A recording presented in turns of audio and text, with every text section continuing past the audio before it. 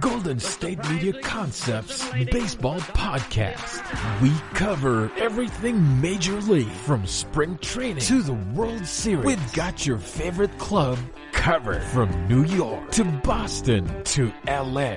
This is the Golden State Media Concepts Baseball Podcast.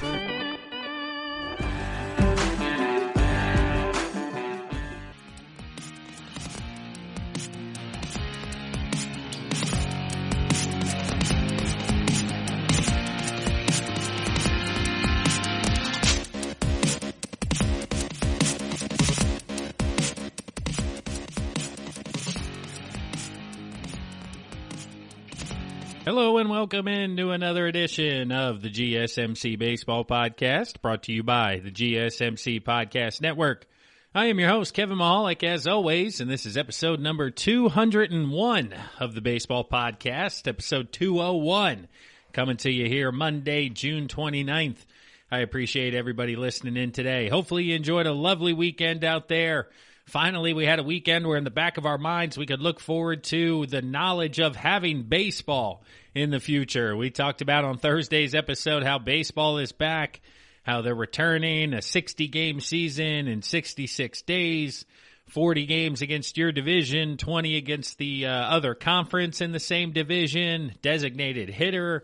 We discussed all the finer details that I'm sure everybody who is listening to this has heard already here, since in the past week it's been reported across multiple platforms. But now that baseball is back, jumping right into it here, into the first segment, the attention has turned to, and the conversation has turned to, whether or not baseball can actually pull this off amid a coronavirus pandemic outbreak. Because as I'm recording here late on Sunday the 28th, numbers have hit record highs across the United States, in multiple states, as well as for the country. We are at or above daily new cases at the same point where we were in March when they shut everything down. So they shut everything down. The curve went down. Now they're opening back up. The curve's coming up. The only good or positive spin that could possibly be put on some of these numbers is that a lot of younger individuals are now contracting the virus, because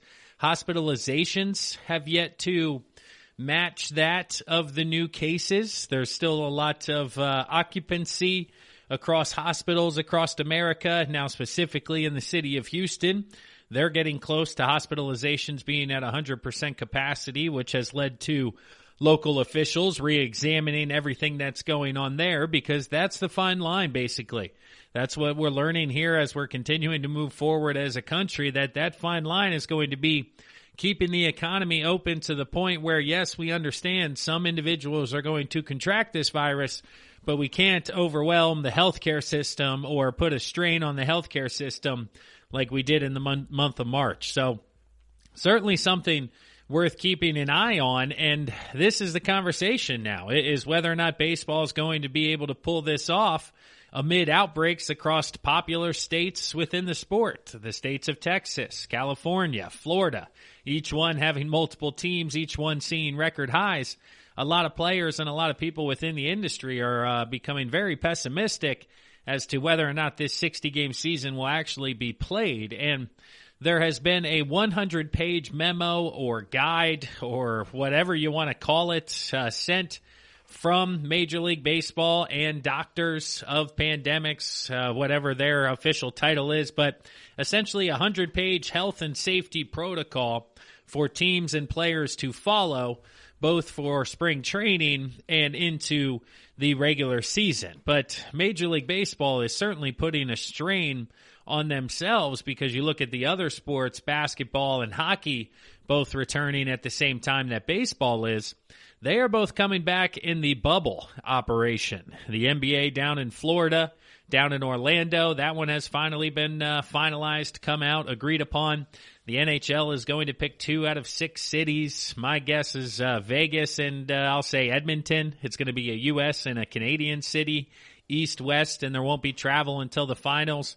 Well, again, based on the local revenue discussion that we've had here in the past, and baseball getting in a high percentage of their income from local revenue, having to play in home ballparks and travel and allow the local Comcast Sportsnet to put the games on television, this means that they have to travel. This means that they're going to be using all 30 stadiums. And yes, some of the details include things like using airports that aren't the main airports for the city. In Philadelphia here, maybe they fly out of Atlantic City and drive 45 minutes down the expressway to the small airports. And they're not flying into Miami or Fort Lauderdale to face the Marlins. It'll be some smaller airport where the public doesn't have accessibility to it. Things like keyless entry into the hotel rooms. They're looking to be on the bottom floors potentially. That way they won't have to use elevators or stairs. If they do use the stairs, the doors will remain open. There will be a timing mechanism based on when they should leave the room to get down to the bus, so they're not overlapping in the airflow in the hallway or the stairway in regards to getting to the stadium. But this is really where things become tricky, is people who are on the road and are staying in hotels. Because baseball has come out and basically said this isn't going to be a martial law scenario where we're going to have security or police and not allow you your freedom. You are going to have that option of getting a drink at the hotel bar after the game, or going out to dinner with your family or friends who are in town to see you play. And this is where players are going to have to hold themselves accountable and ultimately hold each other accountable, because we realize now, based on what we've seen at spring training facilities alone within baseball, that most likely there is going to be an outbreak of coronavirus within one of these clubhouses. I'm not going to take a guess as to which one it is, but I do believe we're also at the point where, just kind of understanding all sports conversations, it truly is a next man up mentality when it comes to the business aspect of the sport. So it doesn't seem that if 1, 2, maybe even 5 individuals for a certain team test positive, that they're going to shut the league down immediately like they did back in March. I think the goal now is to quarantine those individuals, continue to test individuals who may have been quote-unquote exposed to them. Obviously, the entire team will be tested multiple times within the next few days, but if they continue to test negative, the hope would be that they contained that positive part of the virus with those team members. And if they're on the road, I would assume they have to stay at that hotel in that room for the next 2 weeks. And that's tough to envision. I mean, think about that possibility with these players coming back. I haven't heard that conversation of, well, if you're the Phillies and you're in Atlanta and then somebody tests positive down in Atlanta, they have to stay there for 2 weeks. They're clearly staying in the hotel by themselves for 2 weeks because the team is going to play on. The team is going to leave Atlanta, go to New York, go to Florida. They're going to stay there. And then what, are they going to fly commercial back to Philadelphia ultimately? Or are the Phillies, is baseball paying for a private flight for that individual from Atlanta back to Philadelphia after they test positive? Are they just going to rent a car from Hertz, go to the airport, say, hey, swipe your credit card and cruise on back? That way you're not exposed to any other individual. Honestly, it sounds outlandish to do, but if I put myself in that scenario, I'd probably be like, yeah, man, I'll rent a car, drive back over the course of a couple of days after quarantine. Or is it the next day after quarantine, you test negative within a 24-hour window and boom, you're right back into the lineup, almost like being on the injured list or the IL for 2 weeks. After 14 days, you're right back in there. It's going to be fascinating to kind of follow these subplot lines that really aren't going to manifest themselves until the season is upon us and we really see how this coronavirus disease continues to spread. Because the players, as they continue to do interviews, as they continue to talk more and more, there's obvious concern overall about their health and safety, as well as health and safety of the people closest to them, particularly individuals such as Bryce Harper, such as Mike Trout, such as Zach Wheeler, who all have significant others who are pregnant at this current time. Are they either going to be completely away from their families for 90 days, 60 games in 66 days plus the playoffs? So if you win the whole thing, say 90 days away from that individual, or people with their families. I believe I've heard the Blue Jays manager's son has an issue medically that they don't want him to be exposed to. So once the manager of the Blue Jays leaves his home in the next week to report to spring training here at the beginning of July, he won't see his son again for 3 months because it's just not worth it for that amount of time to ultimately put that amount of risk into those types of individuals. So there's going to be continuous conversation. There could be instances, honestly, we haven't heard up front of any baseball players sitting out the next season. We've heard NBA basketball players continue to come out.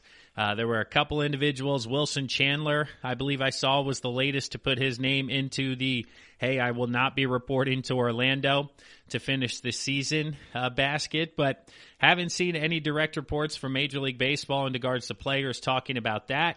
However, if there is an outbreak in the clubhouse of 5 to 7 individuals here in Philadelphia and Zach Wheeler and Bryce Harper say, hey, my wife's pregnant, I'm out, I honestly wouldn't be that surprised, or I wouldn't be able to hold it against Wheeler or Harper if that was the case, especially after the recent news where it's been reported as of a few days ago that Charlie Blackmon of the Colorado Rockies has been the first major league level player that's been reported to have tested positive for the coronavirus. The Rockies had, I believe, 3 other individuals, but again, Blackmon's been the only MLB guy out of all of the tests that has been reported as well. And this gets into another situation where, talking to players and other people within the industry, that the players are really looking for transparency when it comes to the results of these tests. They feel that because they're putting themselves on the line, and this is, what we're doing moving forward, we've decided we're going to try to play this summer,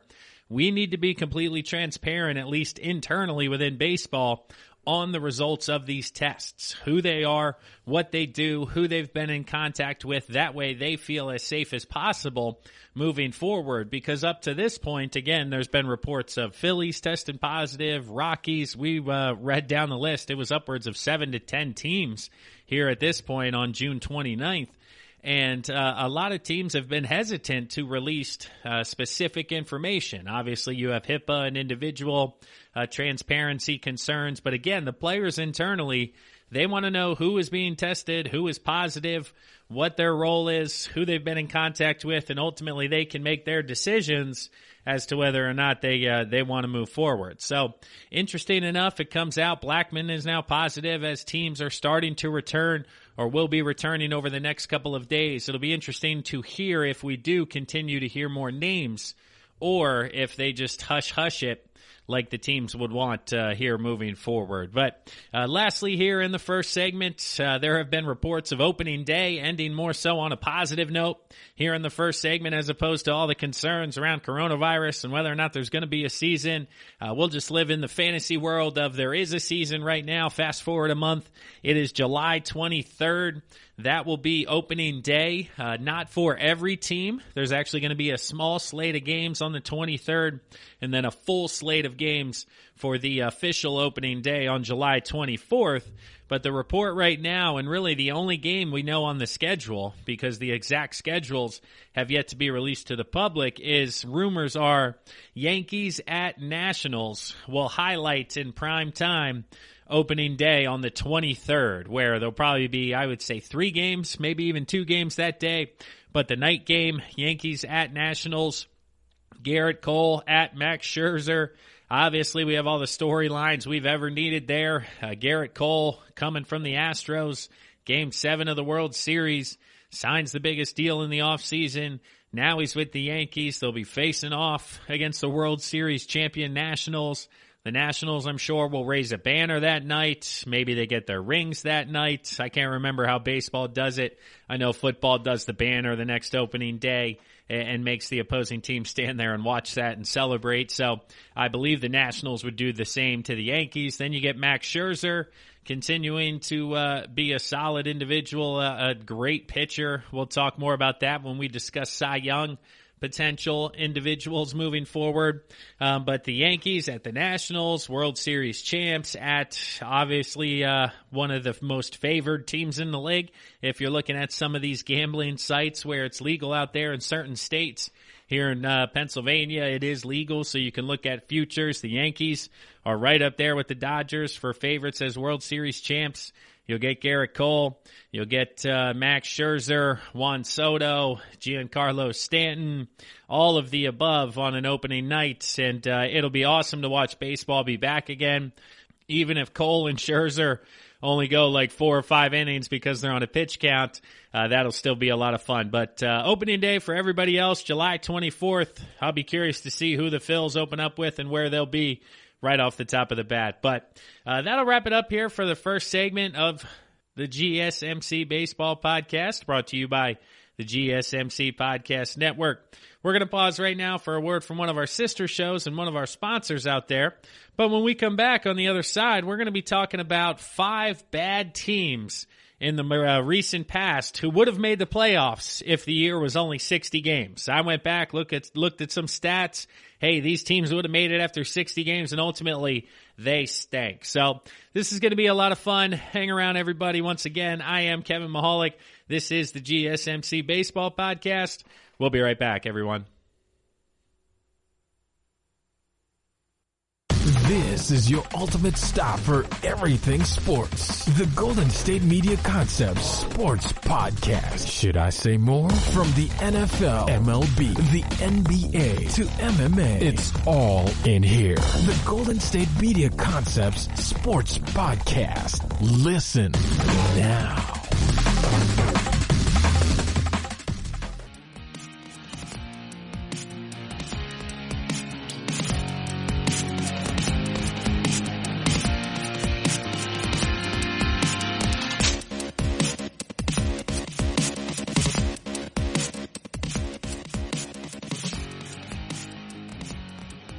Welcome back, and thanks for listening to the GSMC Baseball Podcast, brought to you by the GSMC Podcast Network. I am your host, Kevin Mahalik. Today is Monday, June 29th, and this is episode number 201 of the Baseball Podcast. I appreciate everybody listening in today. Wherever you're listening, do me a quick favor. Please rate and review the podcast. If it's on Apple Podcast, you can scroll up with your thumb, click the star all the way on the right, give us a 5-star rating. And then if you see there in purple, it'll say write a review. Click on that, write us a review. Haven't had one of those in about a couple of weeks or so I would love to get some more engagement from you guys, the fans out there. If you're on Spotify, just click like, check us out, and share us with your friends as always. I know I ask you guys every episode, but if you could, just share us with one of your friends. The numbers will continue to expand. We'll continue to grow here within the Baseball Podcast as well as the GSMC Podcast Network. If you haven't checked out other podcasts, you should do that after you're done listening to this episode. Once we wrap up segments 2, 3, and 4 here, go to the search bar wherever you're listening to this, type in GSMC. You'll come across the football podcast, basketball, college football, soccer, news, politics, books, anything you can think of, movies, whatever it is. There's a podcast, and there's a great, excellent host within the network who's working with somebody, special within that world to give you guys quality content. So check out the GSMC Podcast Network. It's a whole lot of fun, but we're having a good time here in segment number 2. I thought now that we know for sure it's 60 games and we've talked about just the potential variance that could happen from teams and players out there, I wanted to do some research and dive in and basically see, hey, after 60 games, which teams in the past would have qualified for the playoffs that ultimately ended up being not a very good baseball team. And the opposite was true last year, where the Nationals would not have qualified for the playoffs. They ultimately turn it around and win the World Series. Well, we're looking at those teams now that started fast and then ultimately faded and didn't even make the postseason. So there's a few also receiving votes, quote unquote, out there, or the barely outside the top 5. We have last year's Phillies. The 2019 Phillies were in first place. They went on to finish 81-81. And, just think about it. If last year was 60 games and the Phillies sneak into the postseason, does Gabe Kapler keep his job? Is he still employed by the Phillies? If that's the case, is Joe Girardi now the Mets manager? And how the dominoes continue to fall in the offseason ladder. It's just, man, I couldn't even imagine the Phils in the playoffs last year. But the only other team was the 2015 Rays. They finished 80-82. They were in first place after 60 games and then fell off here. But the top five in regards to the worst teams of the last 8 years that would have qualified for the playoffs through the first 60 games and ultimately were not very good. Starting off with number 5, we have the 2014 Braves. They finished the season 79-83, and the Braves were tied for the NL East lead with the Marlins at the 60-game checkpoint. Ultimately, the Nationals went on to win the division, and the Braves fell off, but the Braves started 17-8 in the month of April, and again, had a losing season, which was the first of 4 straight. This was early on in the time of Freeman, Jason Hayward, Julio Teheran, Alex Wood, Craig Kimbrell. But again, starting out 17-8, you're tied for first place after 60 games. You finish under 500 for the 2014 Atlanta Braves. And the number 4 team here, the 2016 Pittsburgh Pirates. They ended the year 78-83. But after 60 games, they were 32-28, which would have put them in a 3-way tie with the Dodgers and the Cardinals for the second wild card spot. So that could be something else that happens this year that was narrowly avoided last year, I believe, or maybe it was 2 years ago, but it almost happened one year where there's either a 3 or 4-way tie for the wild card, and then based on tiebreakers, number 4 plays number 3, the winner of that plays number 2, the winner of that plays number 1, and then the winner of that is ultimately in the divisional series. There could be an instance where one team potentially has 3 straight wild card games. You win all of those, then you're going into the divisional round, game 1, facing an ace on the hill who's been sitting there, and you're starting out with your number 4 coming off 3 straight days of games, really just struggling, to come in there. So that would be fascinating to watch. In this case, it would have been Pirates-Cardinals. Winner faces off against the Dodgers. So they would have made the playoffs, but, who knows? They probably would have lost that first wild card game, but just crazy. But that 32-28 record at that point, next they dropped 13 of 15. And again, on their way to under 500, really, they had 2 losing stretches the rest of that summer to finish under 500, but another team that would have been there through 2 months and through 60 games. It could certainly happen. Number 3 on the list is last year's Rangers. We had last year's Phillies on the list. Well, last year's Rangers team would have been even more unlikely. They ended up finishing 78-84. But starting out under rookie manager Chris Woodward, they got 10 games above 500 in late June. After 60 games, they as well were 32-28. That does seem to be the barometer based on history of where teams would need to be to ultimately make the postseason.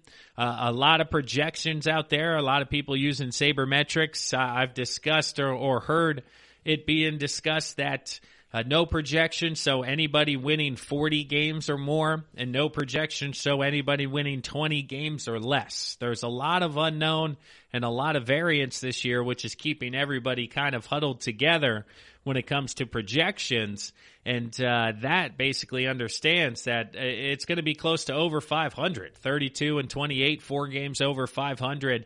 A lot of times throughout the year, that would have been good enough to put you where you need to be. Again, in this case, last year with the Rangers, with that record, they would have held the second AL wildcard spot. But very, very swiftly, then in the month of June, they ended up going 8-16. And it's not long enough to where a bad team can get hot. The way I can explain it to you is baseball is really one of the only sports where a quote-unquote poor team or a rebuilding team or a team that only wins 60 games goes 60 and 100. But that team can get hot for 4 to 6 weeks. It's fascinating and hard to explain for somebody who's never been in a clubhouse or in a dugout or been on the road for months at a time on the bus playing a game, then getting home at 4 a.m. and doing it again the next day. But there's certain times, maybe it starts with one individual where they get locked in, they start to click, and then all of a sudden they win a game or two late with a big home run or a big double. Then one of the starting pitchers finds himself, and every fifth day, hey, this guy's locked in. We got a really good chance to win today. It elevates the performance of everybody else, and then there's just this funk or this aura that comes over the team for, again, 4 to 6 weeks that is really like, hey, we got this. We can go 17-8. You can go 20-10 over the course of 30 games, even as a poor team. If it's a long summer, it's a long season typically, you run into other teams that are maybe having injury concerns at the time, or one of their star players is in the midst of a slump, and you just take 2 of 3, take 2 of 3, take 2 of 3. You look up, it's 4 weeks later, and again, you're 20-10 over the last 30 games because you kept taking 2 of 3. So the Rangers last year start out 32-28, but then you hit a wall, and then you get tired, and then you get out of that hot zone as that hitter. Something happens one day, you swing at a breaking ball, and you just kind of lose things, and then for the next 2 weeks, boom, you lose it. And because they were counting on you in a lot of those high leverage situations, it leads to an 8-16 style of summer with Joey Gallo struggling offensively for the Rangers. But the number 2 team on here, the 2014 Marlins, they finished 77-85. Let's see, they were 32-28 at the 60-game mark. It's fascinating how many times that has continued to come up. That would have meant a tie with the Braves for the NL East title. Again, we talked about the 2014 Braves down below. Both of these teams ultimately lost their way to the Washington Nationals, but the loser of the NL East would have been the wild card in that year. The Marlins this year would have had Yelich and Ozuna, Jose Fernandez. They lost to Tommy John after 8 starts, which again, 8 starts. They were locked and loaded going through. He was cruising. He was dealing. He ends up getting injured, missed the rest of the year, sank their hopes of contention. They slipped below 500 at the end of June, ultimately endured another losing season. It made 10 straight at this point in 2014. So this is where health is really going to be a factor. And health not only with injuries in regards to baseball, but health in regards to the coronavirus. Because if you're the Washington Nationals and you're favored to win the NL East, you're cruising through, I don't know, say you're 15 games in, maybe you're 8-7, 9-6. Well, all of a sudden, Corbin, Scherzer, and Strasburg come down with coronavirus because they were all in the bullpen together in between starts. And now those 3 guys have to miss 2 weeks and miss 2 to 3 starts. Well, that's 15 more games, and all of a sudden you're 5-10, and now you're 19. Let's see here, 14-16. You're under 500 now, and the Phillies and Mets and everybody has made up a ton of ground on you. So injuries in regards to ramping up very quickly at the beginning of the year for pitchers, as I talked about with Cole and Scherzer potentially being opening night. Don't be surprised if we see 70 to 80 pitches, about 5 to 6 innings with these guys. Expanded rosters, expanded bullpen help, injuries ramping up. You'd much rather have the likes of an Aaron Nola for 5 innings every 5th day than have him going 7 or 8 and only be out there for 1 month. And then you risk going into next year as well with these injuries and with the unknown ultimately of what you're going to get moving forward. But the worst team of the last 8 years that would have made the playoffs after 60 games that ultimately did not, thank goodness, that is the 2017 Baltimore Orioles. They were 75-87. They finished 12 games under 500. But let's see, at the 60-game mark, they were 31-29. So down year for 2017 as well. That would have put them in a tie with the Indians for the second wild card spot, put them in that wild card game. It's just, I mean, come on. They finished 12 games under 500. The next year, they lost 115 games. and they're playing good baseball for 2 months, 2 games over 500. And with the way the math is adding up and everything that we're seeing based on years past, again, 32 and 28 really being the bottom of the bottom. If you can get to 33 or 34 wins, you're going to have a chance to win a ton of games. And it just, it's like, wow. And that's, again, 3 weeks of good play for these teams out there. So looking at some teams here in 2020, those were the top 5 of years past. But looking at some of the teams who could potentially surprise here this year, I don't think the Orioles are going to be able to pull it off, but maybe the likes of the Blue Jays. Maybe that lineup carries that pitching staff. They just rake. They have a hot couple of months. They find themselves at the top of the list. I like the likes of the Chicago White Sox. They got a ton of prospects that are going to be able to come in and go 0 to 100. Again, it's not 162 games. They're not going to start out in the minor league system having to pace themselves, knowing mentally that they're pacing themselves for the future moving forward. They're going to come out. It's going to be full speed ahead, throwing triple digits. Give me my 4 or 5 innings. Get me out of here. Let's move on. Maybe even the likes of a 6-man rotation early on for the first couple of weeks while we have roster expansion. We could see that in some organizations. That would be fascinating to see. Let's see here. In the National League, potentially, I don't think the Marlins are quite there yet with their top prospects, but the Cincinnati Reds, that rotation, the guys at the top, Sonny Gray, Castillo, you get 2 or 3 guys who get hot at the top of the rotation, and I know I've preached it in the past, but I think the Reds could surprise some people in the NL Central this year. With the Cubs rebuilding, St. Louis will be good, yes. Pittsburgh is down. Milwaukee lost some talent. I think the Reds could be there. Arizona has added pitching. They like where they're at after they added Madison Bumgarner from the Giants. And then you have the Padres with a lot of those kids, once again, who people were saying, Paddock, maybe he's going to have arm injuries wrapping up here. Well, again, 60 games, you're looking at maximum 14 starts, 6 innings a start. That's 84 innings for the inning. And if they want these guys under 100, that's not going to be too difficult to do this summer with a lot of these kids. Spencer Howard, another top prospect in MLB pipeline, will be up for the Phillies, most likely from the jump. And if not, very, very shortly thereafter. Although I have heard, I believe it's going to be a week when it comes to service time. So the standard old manipulation we saw with Chris Bryant and the likes of those individuals, and they won't be up before that. We'll probably see that with a lot of these prospects. I believe I've heard rumors again in the grapevine in the industry that it is 1 week.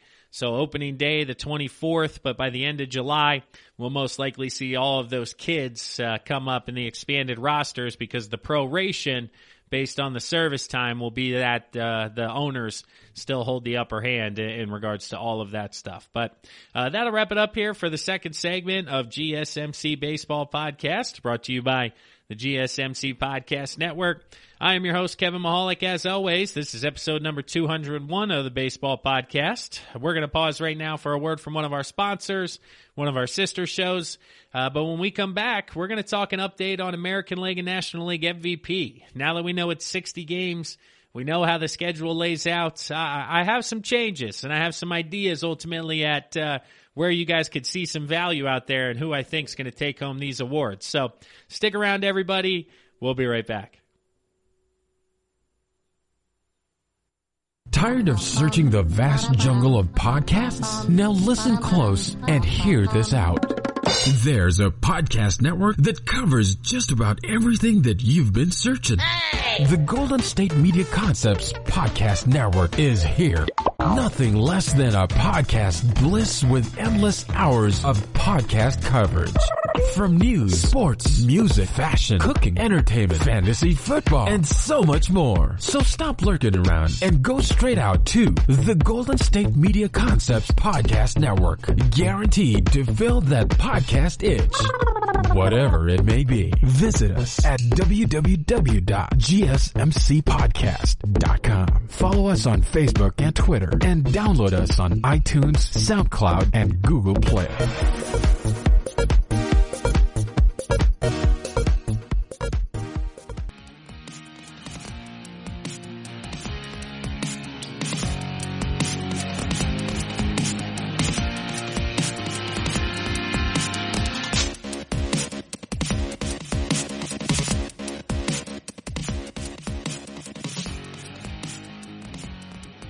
Hello, and thanks for listening to the GSMC Baseball Podcast, brought to you by the GSMC Podcast Network. I am your host, Kevin Mahalik, as always, and this is episode number 201 of the Baseball Podcast. And starting off segment number 3 here, I just want to give a shout-out to one of our listeners out there. I want to give a big shout-out to Angelo. I know you're listening because Angelo took the time to write an email into the GSMC Podcast Network, giving myself a shout out, saying good things about the podcast, about how you're a regular listener now and you appreciate the content that's coming on the podcast. Well, thanks, Angelo, for taking the time to shoot out an email. I know I ask you guys to just scroll up and write a review. Well, Angelo took the time to write an email, send it out there, so I wanted to make sure I gave him a proper shout out here on the show. But if you want a shout out as well, head to social media. Follow the Baseball Podcast on Facebook, Twitter, Instagram, as well as the GSMC Podcast Network. They have pages all over all of the social media platforms. You can send a message in there, write a review, write a post, write a comment on some of the articles that we're posting or some of the tweets that we have with my thoughts out there. So follow us on social media, comment, interact, engage. I want this to be a community type of podcast feeling here, especially once games get going. I want to hear your guys' feedback. What do you want to hear about? What you're thinking?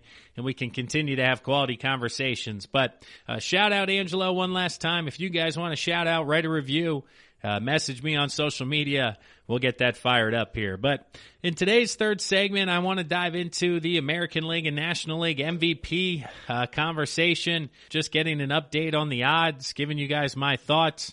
Things have obviously changed since it went from 162 down to 60 and 40 in your division and then 20 in the other conference in the same division. So we're going to start out with the American League. Years past, American League AL MVP to 2019, Mike Trout. 2018, Mookie Betts. 2017, Jose Altuve. 16, Mike Trout. And 15, Josh Donaldson were your last 5 winners on that side. Looking at the odds this year, currently, Mike Trout is your favorite at plus 200. Aaron Judge, number 2 at plus 800. Francisco Lindor, plus 1,000. Anthony Rendon, plus 1,400. And then the likes of everybody else after that. But I did want to give my thoughts. Obviously, conversation typically starts and ends with Mike Trout out west for L.A.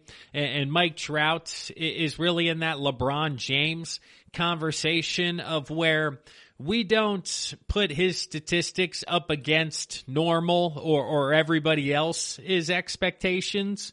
We put Mike Trout statistics up against previous Mike Trout statistics, and if he is not at the level he was previously, basically everybody goes, okay, he doesn't win the MVP this year because it wasn't the best year of his life up until this point, even though he's probably still hitting .315 with 40 homers and 120 RBIs. Those are under his career averages, so obviously you got to give the MVP somewhere else because every year, just looking at the statistics and looking at Mike Trout and what he does day in and day out, he's very much the MVP of the American League. Altuve won the batting title the year he won it, I believe, and then Mookie Betts had a heck of a year the year Boston won it all in 2018. So you can't argue much against it, but I do think Trout could be looking at like 5 or 6 straight here, and he's looking at another solid year. But for the first time, really, or for the first time in a handful of years since Albert Pujols has kind of faded here of recent past, Mike Trout's now going to have protection in the lineup. Anthony Rendon, who we touched on, number 4 on the list at plus 1,400. He should be batting third behind Trout, hitting second for the Angels in that lineup. Does that mean Mike Trout sees more pitches to hit because people don't want to face arguably the best overall hitter in baseball in Anthony Rendon? Or do they continue to pitch around Trout? He's now on base and Rendon is driving him in the entire time. Those are the two arguments that you're having internally based on where you're putting your money on Mike Trout or Anthony Rendon, because if Trout just has a solid year, nothing spectacular, he won't win the MVP. And if he has a solid year and is on base all the time, and then you add Anthony Rendon, potentially improving on his statistics from the past, adding all of those RBIs, because Trout will be on base a lot more than Nationals hitters were in front of Rendon, he could have a ton of RBIs, and his statistics could really be inflated offensively in the American League. And I know we said transitioning to the American League East, Aaron Judge, you got the likes of Giancarlo Stanton on the list as well. Let's see where he is. He's plus 3,300. You got Sanchez on the list there as well. Potentially could take a vote away from Judge. The Yankees lineup, one of the deepest in the American League. Everybody on that list offensively could be in the MVP conversation, because that really is a hitter's ballpark. The ball truly jumps in Yankee Stadium, especially to right field still. You could get beat on a pitch, but if you pull those hands in, get the barrels on it, lift it to right field, get that launch angle, you could put it out there in Judge's seats where all his buddies are sitting all dressed up down there in right field. But something to watch in the American League, and honestly something I'm leaning more and more towards as this new schedule has come out, is I'm thinking the MVP could come out of the American League Central. I actually think both awards, talking about the MVP and the Cy Young, which we'll discuss coming up here in the fourth segment, I think they could come out of the AL Central. And the reasoning for this is just based on the competition within the divisions. In the American League East, the Yankees are very good. The Rays are very good. Boston is solid. Yes, the Orioles are not very good, but Toronto is up and coming. So 4 out of 5 squads could really beat you on any given day. Then you go out west. You get the likes of the Angels, and then you're going against the Rangers. And yes, the Astros out there have run that division, but the Oakland A's have been in the playoffs multiple times. So you have at least 3 or 4 teams out there who think they could win it. Seattle's at the bottom, but the other 4 think they have a chance. But then you get to the American League Central, and with the likes at the bottom of that division of the Kansas City Royals and the Detroit Tigers, who, with the Orioles, could be 2 of the 3 worst teams in all of baseball. You look at some of these teams who are going to play them 20 times combined, and I really like Francisco Lindor at plus 1,000 there, as well as Lindor coming up on that contract year, wanting free agency money. You're never going to be more motivated than when you're entering a contract year as a Major League Baseball player. Again, you're facing off against 2 rebuilding teams 20 times. So you go over to the NL Central. I don't think that's the deepest division on the National League side of things. The Pirates aren't very good. The Brewers lost a lot of talent. The Reds, I'm higher on than most individuals. The Cardinals are good, yes. And it's just, you could get competition where Lindor could get hot. He could lock in. He could find himself at the top of this list very quickly in the conversation with Mike Trout. Jose Ramirez at plus 2,500 is another guy for the Indians who could assert himself and have MVP conversation offensively, especially if the Indians find themselves really at the top of the division and distancing themselves. And then you got the guys on the Twins. Josh Donaldson at plus 2,000 seems to be at the top of the list when it comes to Minnesota. But there's a couple other guys out there who could possibly put their name on the list, and depending on what type of year they have. Max Kepler comes to mind. If he puts it all together, he could have, I was going to say 30 home runs and then 60 games. So 15 home runs to find himself really in the conversation. But I like Francisco Lindor. I think it's good value at plus 1,000 there. Mike Trout, your favorite. Nobody's going to argue against Mike Trout in his conversation for the AL MVP. But this could be something where the AL Central and that competition really has something to do with it. So looking at the National League here now moving forward, this one's a little bit more wide open. Mookie Betts, number 1 at plus 550. Cody Bellinger plus 700. Christian Yelich plus 700. Ronald Acuna Jr. plus 900, and Juan Soto plus 1,000. So really nobody up to the likes of Trout at plus 200. Mookie Betts, we talked about it, a winner in the American League in years past. Looking at the National League, you go with Bellinger, Yelich, Stanton, Bryant, and Harper are your last 5 winners there in order. So the National League, I don't know if Mookie Betts is going to play at an MVP level. I do think Mookie Betts last year or in years past was the second best player in all of baseball. And just transitioning out to LA, a new city, new digs, all of the coronavirus going on, new travel, new ballparks, new backdrops. I just think it's going to be tough for him to be comfortable really in 60 games and not being able to go home, not having his family, not having your inner circle to talk through if there's a potential slump at one point.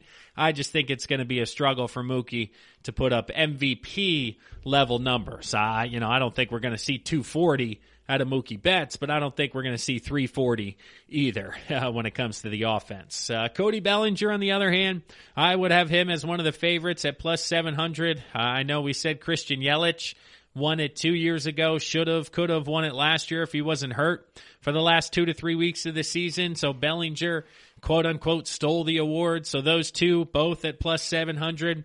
They're great bets, but with Yelich having less talent around him, I think the pitching staffs of the opposing teams will be less inclined to attack Christian Yelich. I think he's going to see more balls out of the zone. I think he's going to take more walks, which ultimately will lead to a downturn in the power numbers, the RBIs.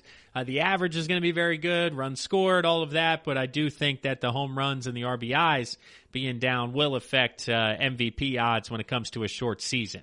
Then you get to the National League East. You get Ronald Acuna Jr. plus 900. He obviously is up and coming. He was spectacular last year. I would love for him to put his mark on. He hit 280, 41, and 101 last year. Juan Soto, 282 with 34 and 110 last year. So both of those guys young, both of those guys hungry. I don't think they'll be distracted with the 60 games, with the coronavirus. I don't think it's going to be a problem for them physically to get going every year. I think those are good options if you think those teams ultimately win the NL East. But, one grenade from deep here, one Hail Mary coming from distance locally. Bryce Harper. I'm telling you guys, plus 1,800, Bryce Harper, a couple of different reasons. One, he's historically one of the hottest starters in all of baseball. In April, he's fantastic. Every year, the month of May, he's good as well.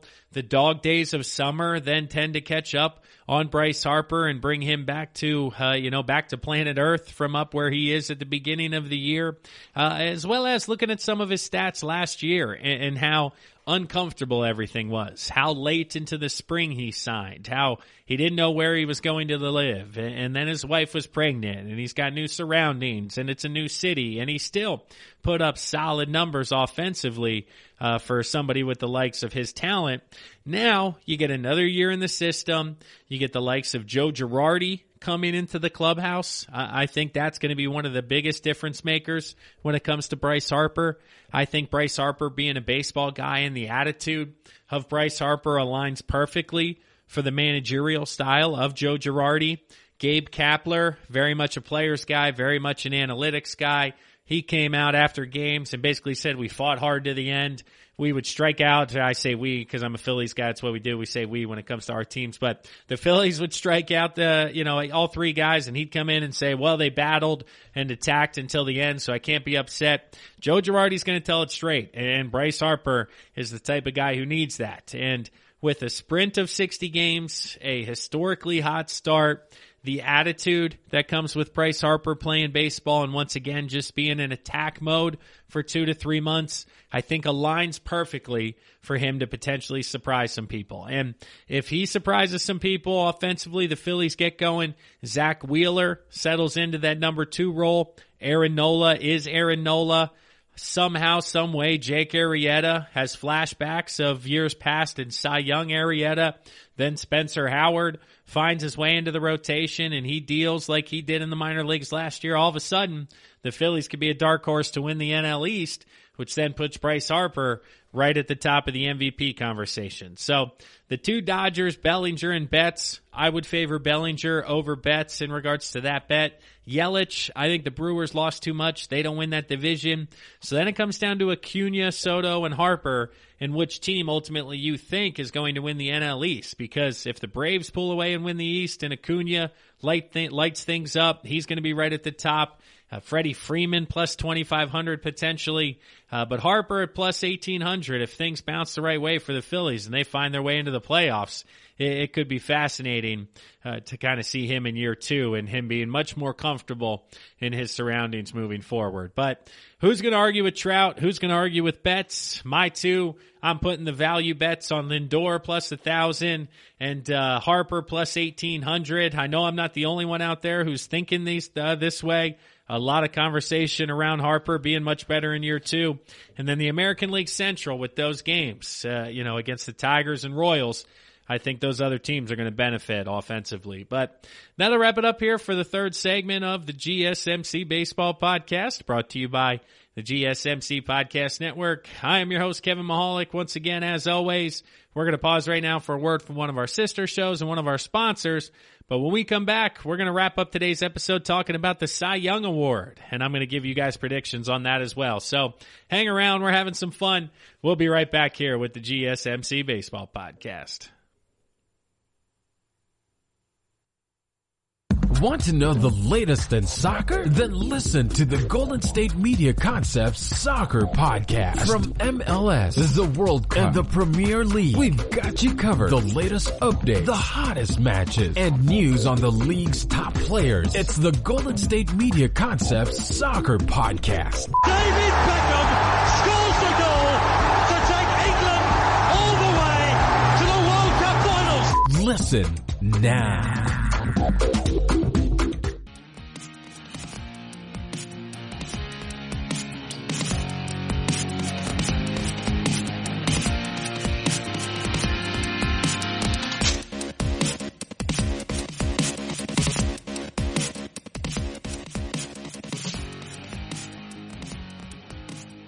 Hello and welcome back to the GSMC Baseball Podcast, brought to you by the GSMC Podcast Network. I am your host, Kevin Mahalik, and this is episode number 201 of the Baseball Podcast, and we had a great episode for you guys today. We started off at the top of the episode talking about how baseball is back, and conversation has changed from will they play to now can they play, with the coronavirus and COVID-19 spreading all across America.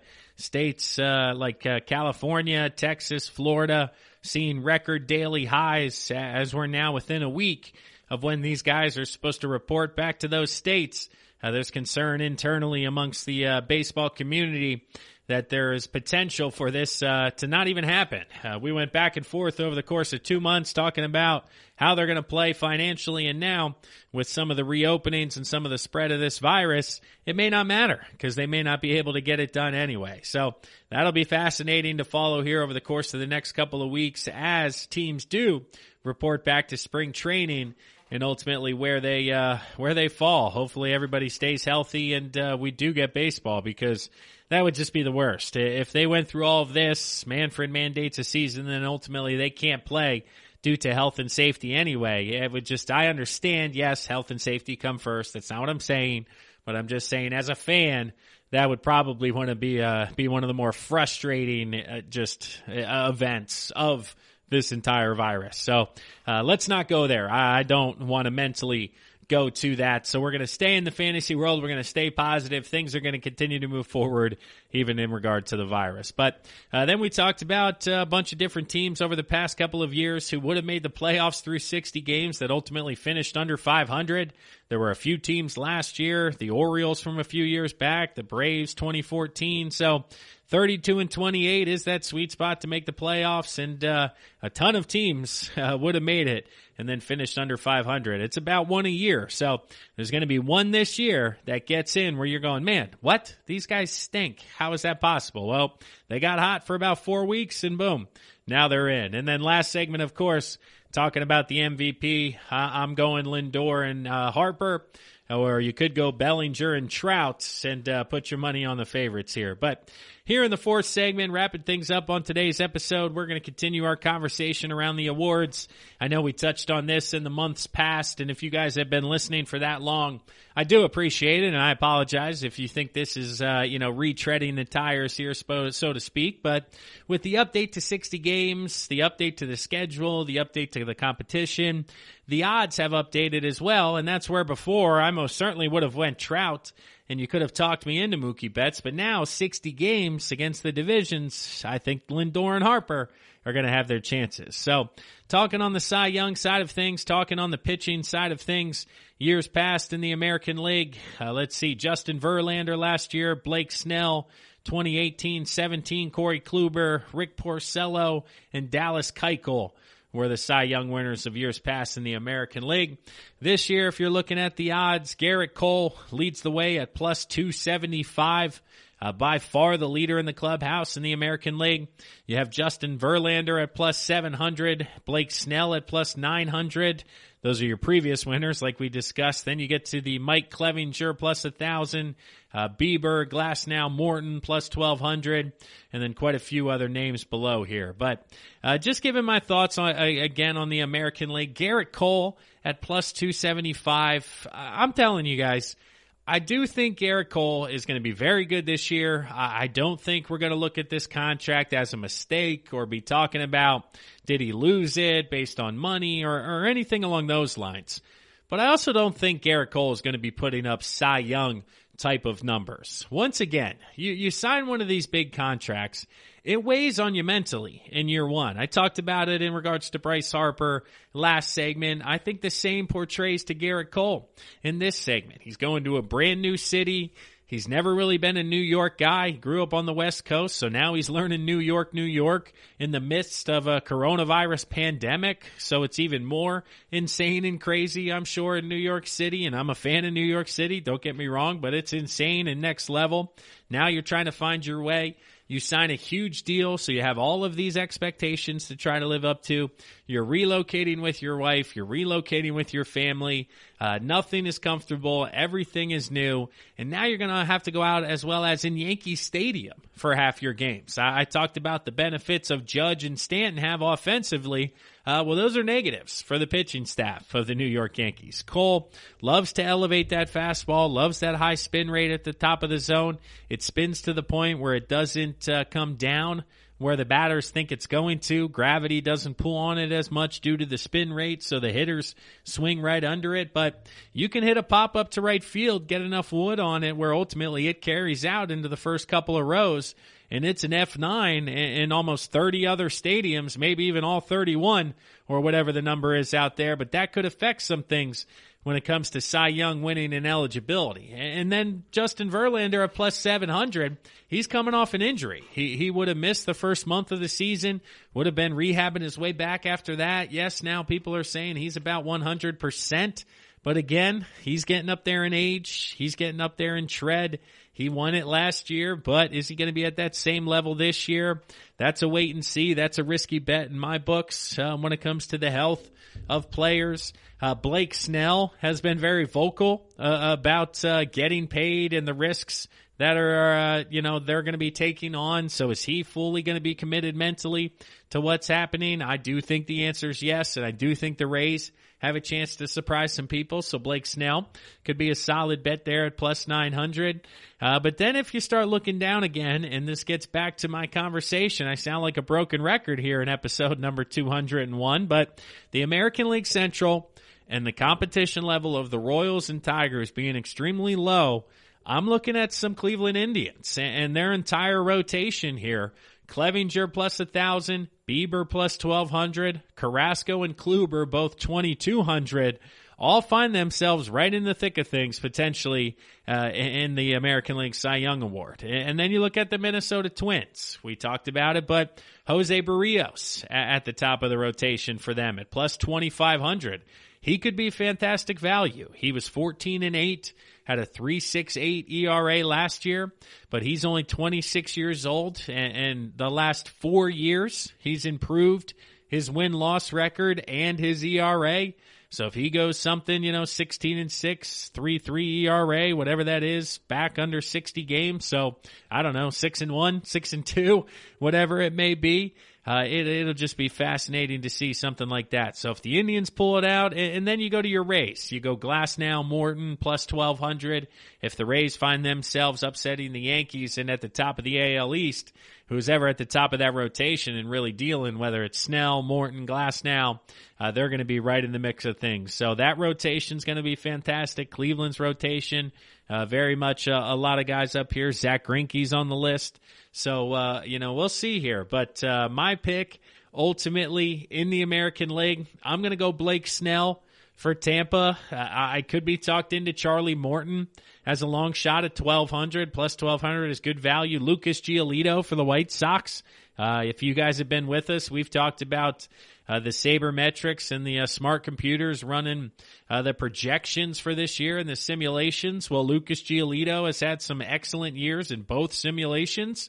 So if that transpires out on the actual diamond, that's fantastic value at plus 1,800 on the American League side. So lastly here, going over to the National League side, the winners of years past, of course, Jacob deGrom the last 2 years, Max Scherzer 2 years before that, and then Jake Arrieta, fifth on the list in 2015. And man, if Jake Arrieta could get anywhere close to that, the Fightin' Phils would have a chance this summer. But that's off topic. So looking at the NL Cy Young, Jacob deGrom, your leader in the clubhouse, followed very closely. Max Scherzer, deGrom plus 350, Scherzer plus 400. Those two are above everybody else when it comes to the odds. Walker Buehler for the Dodgers, Jack Flaherty for the Cardinals. They find themselves at that next tier of plus 800. And then you get into Steven Strasburg and Clayton Kershaw at plus 1,200 and plus 1,500 respectively. So can anybody dethrone deGrom? I mean, it's been 2 straight years. Doesn't seem to be slowing down at all. Again, it's extremely dominant. As a Phillies fan, watching him just shove against us is extremely frustrating, but also so much fun to watch. When Aaron Nola and deGrom face each other, it's like a 1-0 game that's over in 2 hours and 6 minutes. It's fantastic from a fan's perspective. Hopefully it's 1-0 in the Phils' favor. But Max Scherzer getting up there in age a little bit. He'll be 35 years old. He's a 3-time winner, but has some miles on that arm. I do think the shortened season favors Max Scherzer in this instance because, again, the miles. So he's going to have less tread on it, only 85 to 100 innings potentially. If he's going 7 to 8 innings over the course of 12 starts, 100 innings tops is what you're looking at in regards to these starting pitchers. So he could still have that in the tank at 35. Buehler is a rising star. They have him at plus 800. He was 14-4 last year for the best team in baseball, 3.26 ERA.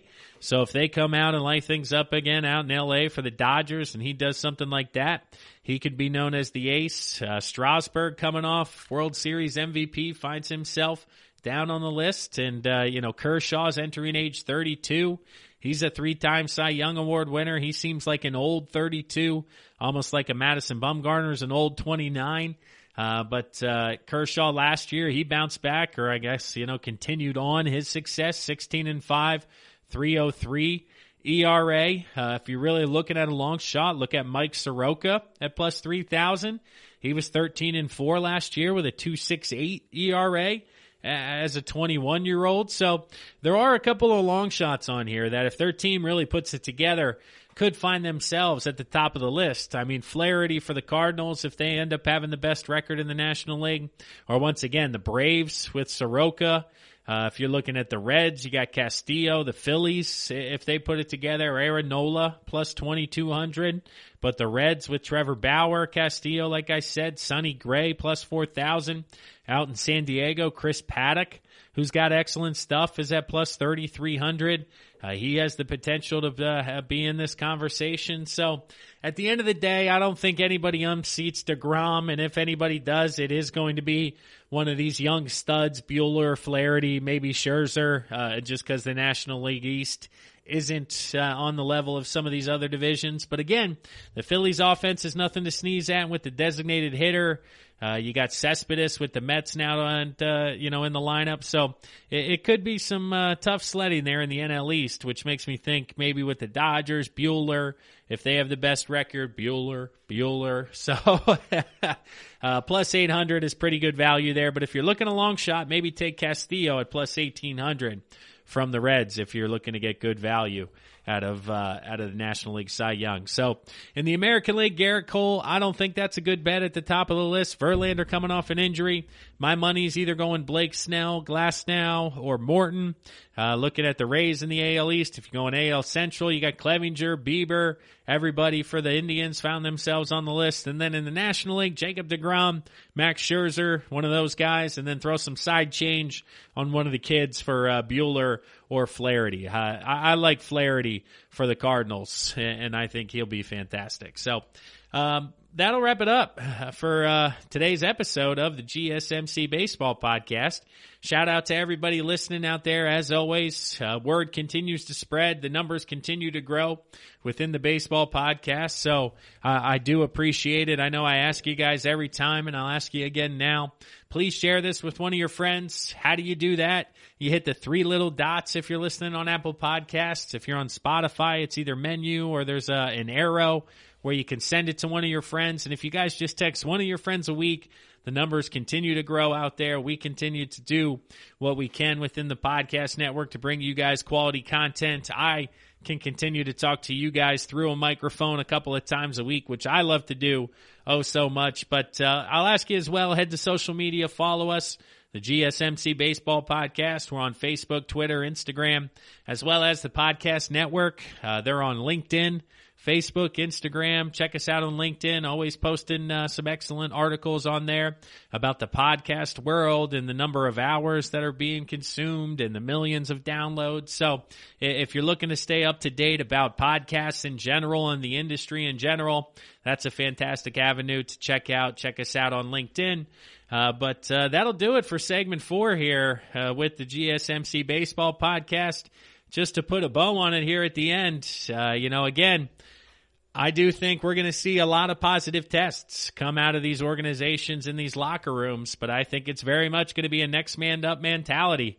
Even if it's 4 to 6 guys on one roster, I think Major League Baseball is looking at this revenue and saying, okay, quarantine them, call up 4 to 6 guys from this taxi squad from AAA.